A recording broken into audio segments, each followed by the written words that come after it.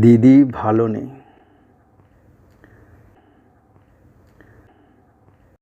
দিদি ভালো নেই।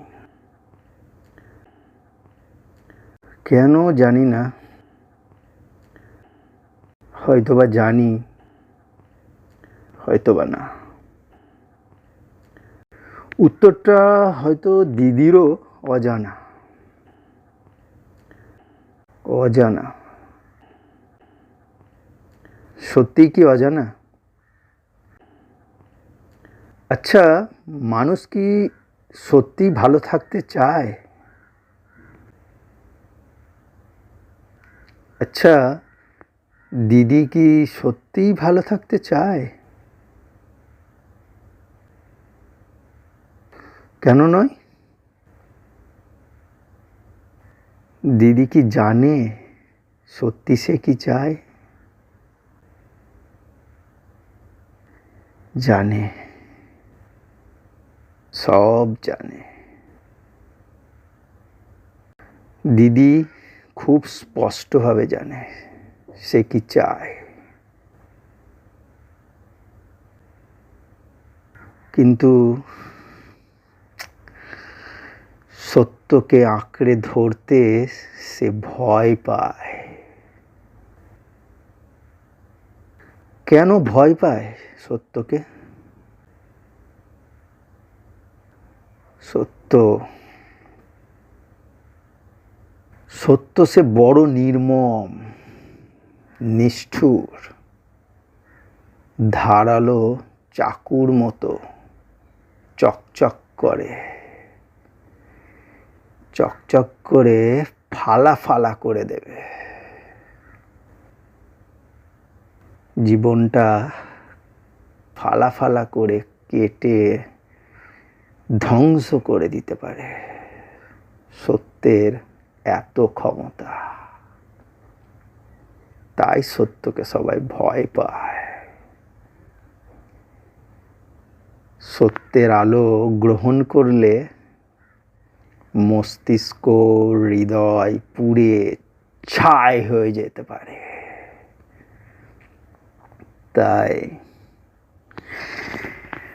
তাই সত্য থেকে দূরে থাকাতে সুবিধা বেশি। সুবিধা, সুখ, আড়ম্বর, সম্মান আর অর্থ মেশানো বাস্তবের মিথ্যাকে পেতে গিয়ে আজ তাকে যে দাম চোকাতে হচ্ছে, তাতে দিদি আর ভালো থাকতে পারছে কই?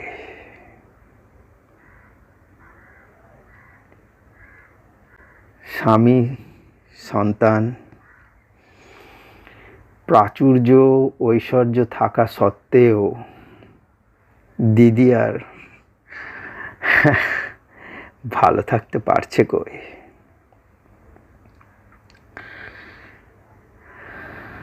ব্যস্ত স্বামী, ব্যস্ত সন্তানেরা মার্বেল টাইলসের কোন গুণে দিদির দিন সারা।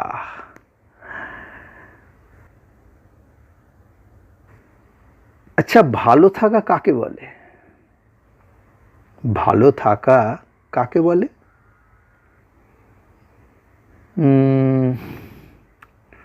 ভালো থাকা কাকে বলে, তাই তো এইভাবে তো ভাবিনি কখনো। বোধহয়, হ্যাঁ, বোধহয় ভালো থাকতে গেলে ভালোবাসা লাগে। ভালোবাসা না হলেও চলে।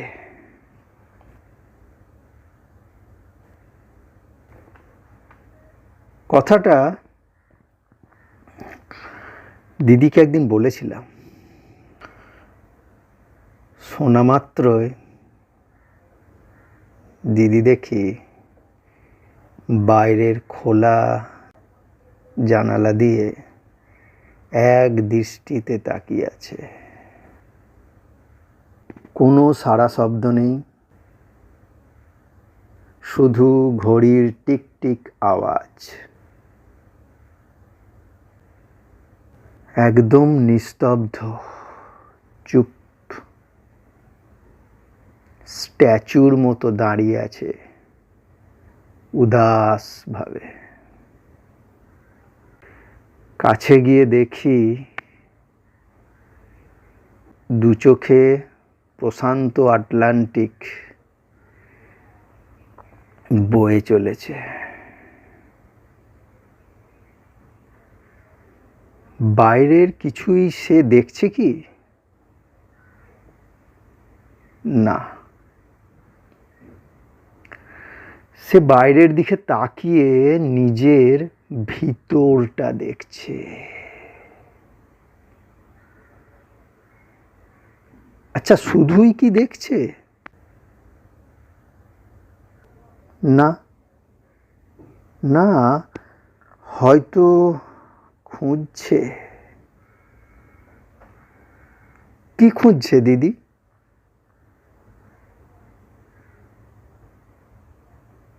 বোধহয় হয়তো ভালোবাসা। কিন্তু কোথায় পাবে? কিনতে তো পাওয়া যাবে না। তাহলে তাহলে দিদির কি হবে? কি হবে দিদির? ভালোবাসা তো এমনিই পাওয়া যায়।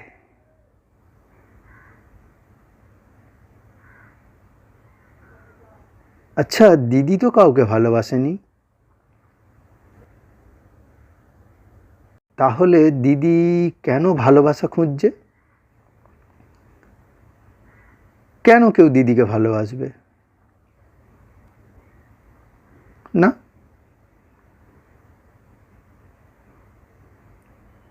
তবে হ্যাঁ,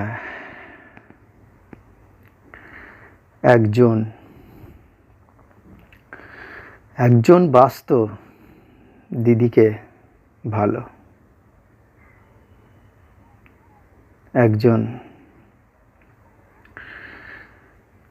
একজন ছিল দিদিকে ভালোবাসতো। একজন ছিল দিদিকে দেখতো, শুধুই দেখতো।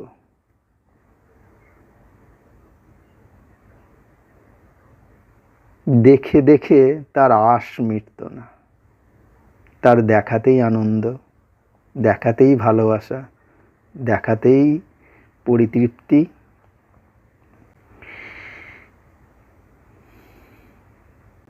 দেখাতেই তার মিটত সব আশা। সে এক অদ্ভুত মানুষ, অদ্ভুত। নীরবে দেখতো, একভাবে দেখতো, এক দৃষ্টিতে তাকিয়ে থাকতো দিদির দিকে। আমি জানি, বাবা মাও জানে, দিদির বান্ধবী, পাড়ার লোকজন অনেকেই জানে। আমি তখন ছোট, তাই বুঝতাম না অতটা। কিন্তু যখন ওরা দিদিকে রাগাতো, খুনসুটি করতো, শুনতাম আমি একটু একটু, আমিও বুঝতাম। আশ্চর্যের বিষয়, এত বছর পরেও তাকে নিয়ে আলোচনা হয়।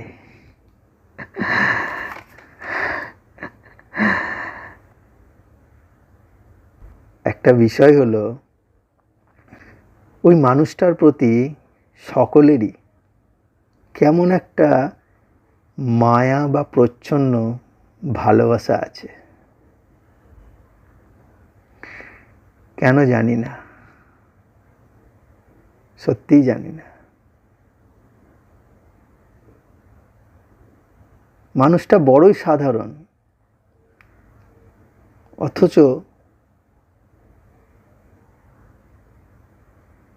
মুখে কিছু না বললেও তার হাব ভাব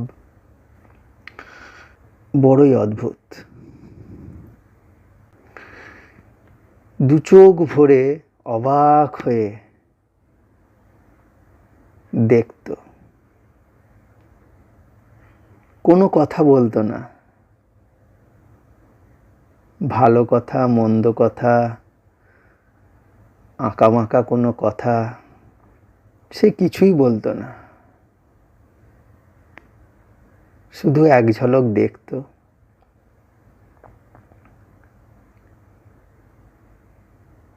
দু চোখ ভরে অবাক হয়ে দেখত। মুখে না বললেও তার চোখ আর শরীরী ভাষায় সে ভালোবাসা উজাড় করে দিত। কখনো কিচ্ছু চায়নি সে, কিচ্ছু চায়নি। কিন্তু কেন?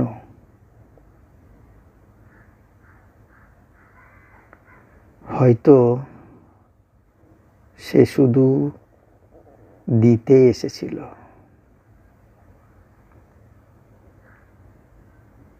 শুধু দিতে এসেছিল, কিন্তু কেন? হয়তো ওই দেওয়াতেই তার মুক্তি, মোক্ষ লাভ।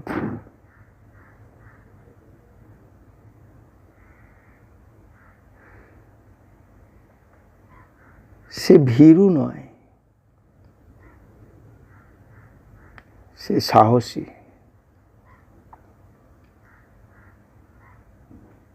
লাজুক নয়, স্থির দৃষ্টিতে নির্ভয়ে আত্মবিশ্বাস নিয়ে সে শুধু তাকিয়ে থাকত, শুধু দেখত।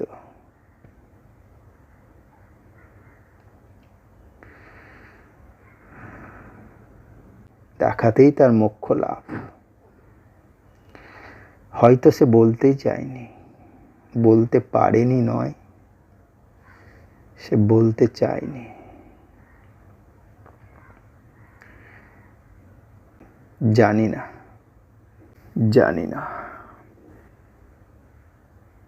কাছে গিয়ে দিদিকে বললাম, কেন এখনো মনে রেখেছিস তাকে?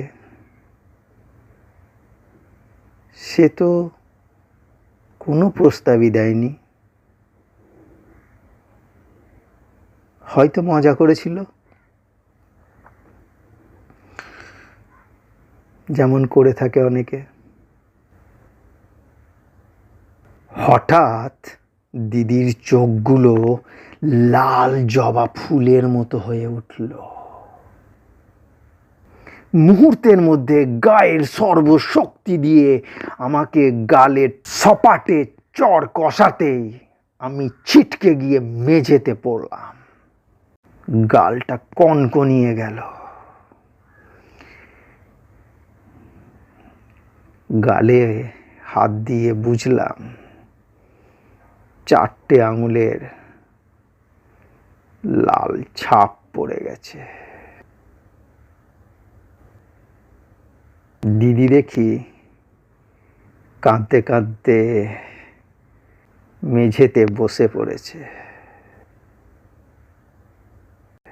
বলছে, ও খুব ভালো, খুব ভালো, তোদের মতো নয়। ও খুব ভালো মজা করেনি, ও খুব ভালো, খুব ভালো মজা করেনি, ও মজা করেনি, ও খুব ভালো, খুব ভালো, ও মজা করেনি।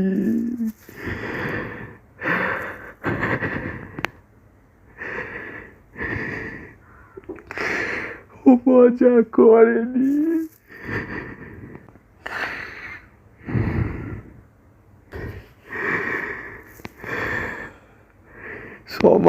সমাজ মেনে নিত না।